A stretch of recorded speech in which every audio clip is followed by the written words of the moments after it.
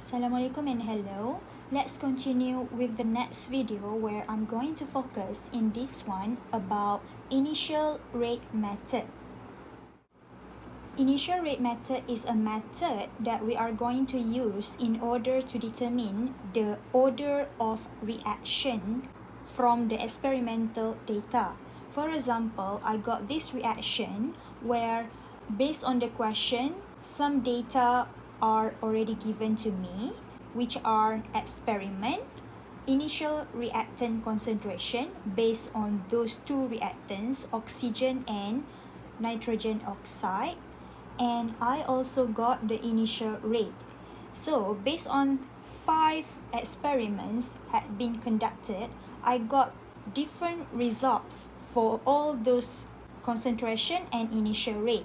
So from this data, I'm going to determine the order of reaction with respect to both reactants concentrations. So how to find out this one? We are going to apply initial rate method. The first method, in order to do that, we are going to write the general expression for rate law first. So you got two reactants here. So your rate law is depending on these two reactants. Rate equals to rate constant times with concentration of oxygen to the power of m. I put the unknown m, and times with concentration of NO to the power of n. So you got both two unknowns that you need to find out, and m and n are the order of reaction with respect to both reactants concentration. So the next one, I'm going to continue based on the data given. I want to compare between two experiments. Why? Because based on two experiments, we are going to do the ratio. And what's next? We are going to cancel out and find out the order of the reaction. So, as you see from here, we got the concentration for oxygen and concentration for NO. So, based on two experiments, I'm going to take a look for experiment 1 and 2. As you see here, experiment 1 and 2, concentration for NO are the same for both experiments. So that's why from here, these values are going to be the constant. Next one, I'm going to write down by comparing experiment 1 and 2 as you got from your rate law expression. I'm going to put specifically for the ratio between experiment 2 over experiment 1. So it's going to be in this expression. So as you see here, rate 2 is for experiment 2, rate 1 is for experiment 1, and these are the expression for the rate law, but specifically the top one for experiment 2 and the bottom one is for experiment 1. And as you see here, 1.3 exponent negative 2 molar is the concentration for NO. So we see that both are the same value. So that's why I'm going to get rid the constant value. Apart from the concentration of NO, we know that the rate constant K also the same. So that's why we are going to get rid the rate constant for both experiments, including with the concentration of NO. Because the same value divide with the same one, you are going to get 1.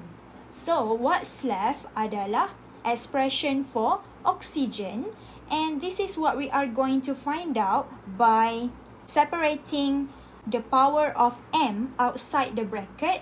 Use the knowledge that you learn in mathematics for indices. So I'm going to put this expression, the top one for rate 2 and rate 1 is for this expression. So the value for both rates are given. You are just going to insert those value. You will have this expression as the final one once you put the value. And by pressing the calculator, you will get 2 equals to 2 to the power of m. Hence, the value for m equals to 1. So, the conclusion from this first part of our solution, we can conclude that the reaction is first order based on this value with respect to oxygen, because what we find out is the order for oxygen. So settle for the first part, but don't forget we are going to find out the order for the next reactant, which is NO. So how you want to find out the NO? I'm going to continue by comparing experiment 1 and 3. So how can you compare based on these two experiments? As usual, determine which one you want to cross out in this case, because previously we already find out about O2, so that's why we are going to determine from which experiment the value for O2 is constant.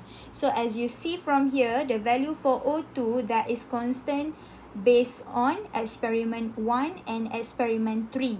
1.10 exponent -2. So I'm going to get rid the rate constant K for both rate. So get rid like that, and also the concentration for oxygen for both experiment. So what will happen next? You are going to simplify, take out N and put it outside the bracket just like this expression, and you can continue by inserting the value for these two parts. Based on the table, you will have 4 equals to 2 to the power of n. Hence, n value is equals to 2. So what can we conclude from this second part? By comparing experiment 1 and 3, the reaction is second order with respect to NO. Finally, you've already determined both orders for both reactants. Now we have to make the final conclusion. From previous, we know that the general expression for the rate law based on oxygen and NO is just like this one. But right now we got the value for M and N. So of course, you must make the final one by inserting those value that you got for the order. So the rate law is rate equals to K times with concentration O2 to the power of 1 times with concentration NO to the power of 2. So this is the final answer for this example.